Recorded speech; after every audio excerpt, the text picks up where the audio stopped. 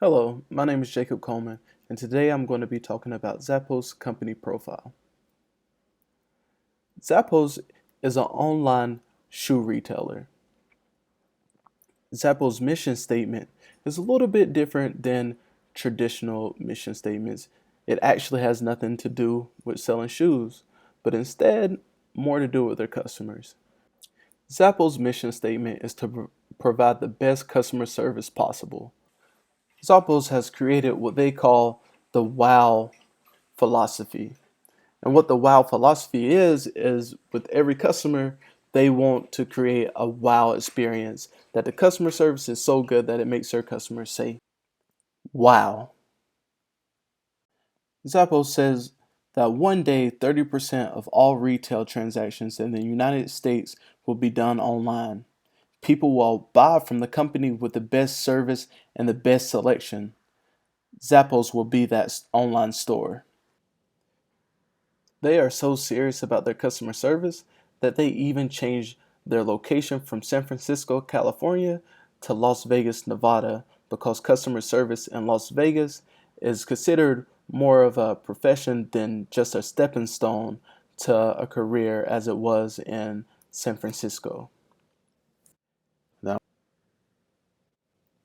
in 1999, Nick Swimmer was walking around the mall looking for a pair of shoes, and one store would have the right size but not the right style. The next store would have the right style but not the right color.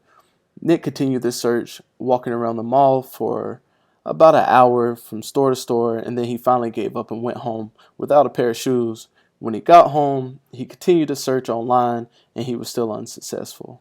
After looking around different stores looking for shoes, he realized that there was only a few small mom and pops stores selling shoes online, but there was no real major online retailer specializing in shoes. Nick decided to quit his day job and start an online shoe retailer. Nick said that he went to many investors about his idea and he was turned down because in 1999 the investors said that people would not buy shoes online because they would not be able to try them on first. Finally, he found another young entrepreneur, Tony Hsieh, that could see his vision as he did. In 1999, Tony Hsieh had just sold his company to Microsoft for $265 million, and Zappos was born.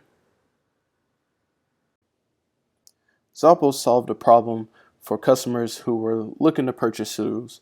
Zappos provided great customer service and a wide range of selections for online shoe consumers.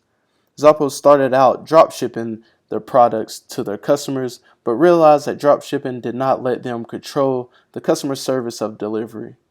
Now they actually warehouse all their products so that they can deliver the product straight to their customers timely and with great customer service. Even with this, even with this not being cheap to do, Shay, CEO of Zappos, said, "I'd rather spend my money on things that improve customer experience than on marketing. We, we run the warehouse 24/7. It's not cheap or efficient, but it allows us to give our shoes to our customers more quickly." When Nick first started Zappos in 1999, the footwear retail industry in the United States was a $40 billion industry with 5% of the shoes being sold through catalogs in the mail. This left a $2 billion market for Nick. He will often use this statistic when talking to investors about their concerns for the risks being that people will not buy shoes that they cannot try on first. The current global footwear market is steadily growing. In 2011, the global footwear market was worth 185.2 billion and is expected to reach 211.5 billion in 2008. Zappos has many indirect and direct competitors. Its indirect competitors are in-store shoe retailers such as Finish Line, and its direct competitors would be eBay and Genesco.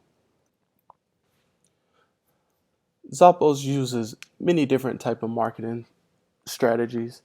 It started out using affiliated marketing because of the low cost of the marketing.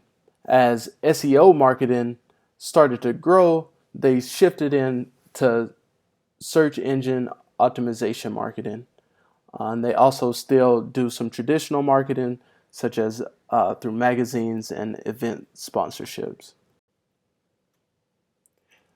When Zappos first started, Nick went around to different friends and family members. He says it's mostly friends that donated and invested money to him, and he raised up to $150,000.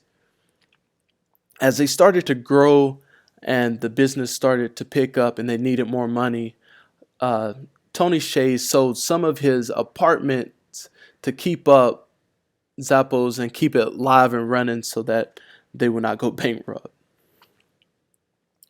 But after all these sacrifices and pushing through, they finally got the business to where it was viable and profitable, and they ended up selling to Amazon for $882 million. So, so after the research on Zappos, I've had a lot of key takeaways. My main takeaways was to have faith in yourself and your idea, even though a lot of investors and people around you are going to tell you that your ideas aren't good or they won't work. It's just because they don't see the vision that you have for your company.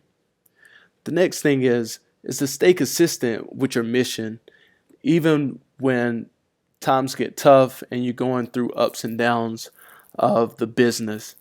Stay true to what your mission was at the beginning and keep pushing forward. The last thing is be willing to sacrifice. Tony just sold his business for 200 some $1 million, and he was still humble enough to sell away his stuff and sleep on couches in order to build another business to move it forward. And that's a huge sacrifice to make. So